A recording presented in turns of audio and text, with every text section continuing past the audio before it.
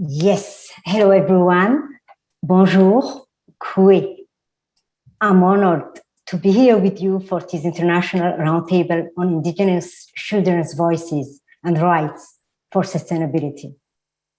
I'm joining you today from the unceded traditional territory of the Algonquin Anishinaabe Nation. The language of this territory is Anishinaabe Mowin. Today, we will celebrate the work of Adeline Abbey, Sophie Newman-Ting, an impressive 9-year-old from British Columbia, who has already written and published her first book, Finding the Language. Congratulations, Adi, on this remarkable achievement. I would also like to acknowledge the Indigenous child ambassadors, Bella Moriso and Sydney Winter, and the honored chairs and speakers taking part in this event today. As we prepare for the UN Decade of Indigenous Languages starting in 2022, what better way than to celebrate through the launch of Adi's book that speaks of language reclamation, culture, and the environment, all from the perspective of a young language learner, and perhaps a future teacher and a knowledge keeper. I would like to share how I personally reclaimed my own language when I was as younger as Yad. I'm originally from Djibouti in East Africa. Djibouti was a French colony until 1977. The whole education system was in French with no space, neither tolerance for native languages that were Somali and Afar, and still are.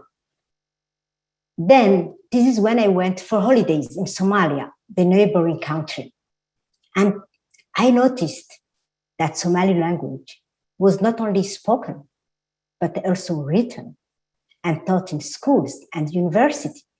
And that the BBC radio had a huge Somali component. There, I went through summer school to learn how to read and write in Somali. This totally changed my life. As Monique put it earlier, it changed my trajectory. I was able to learn more on my culture and be proud of who I was. I work for the Canadian Commission for UNESCO.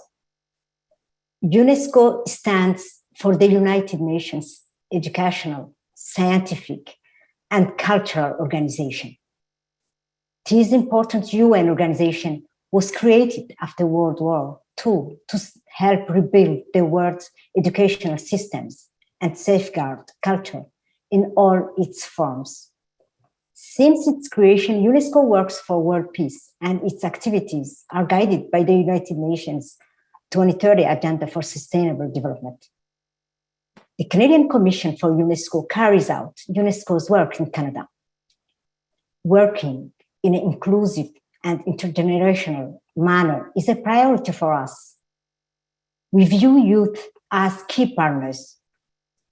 We recognize that the concerns of worldviews of children and youth should help shape both our present and our future. We have a youth advisory group with 25 members from across Canada who are involved in our events and initiatives. We also have a UNESCO Schools Network where students, teachers, and school administrators are committed to taking action in their local community on global issues that impact all our lives on our shared planet. Giving space to Indigenous voices and perspectives, in particular Indigenous youth and children, is important to us in our work in Canada and internationally. Truth and reconciliation is a long-standing priority for our Commission. But we also have the responsibility to promote the UN Declaration of the Rights of Indigenous Peoples in Canada. Through our work and in partnership with Indigenous peoples, we seek to understand what the implementation of this declaration looks like in education, science, and culture. In 2019, throughout the International Year of Indigenous Languages, we learned that for many peoples, the languages are essential for community and individual well-being. We also learned that young people are a key priority in the maintenance and revitalization of indigenous languages across the globe. The insights and activism of children and youth must continue to help guide this work. Regarding the 2030 agenda, we have now fully entered the decade of action. A reminder that 2030 is less than 10 years away. And when it comes to all the 17 SDGs, this most unusual year has shifted our views on what our world can and should look like. It starts with engaging with children and youth. It starts with linking learners and educators from around the globe so that we can learn from one another through events such as this one. And if we do it right, it ends with SDG 4, education for all, with no one left behind. In closing, I would like to congratulate once again Adi for publishing her first book at such a young age. We look forward to promoting your book to our networks and to collaborate with all of you again soon. Merci.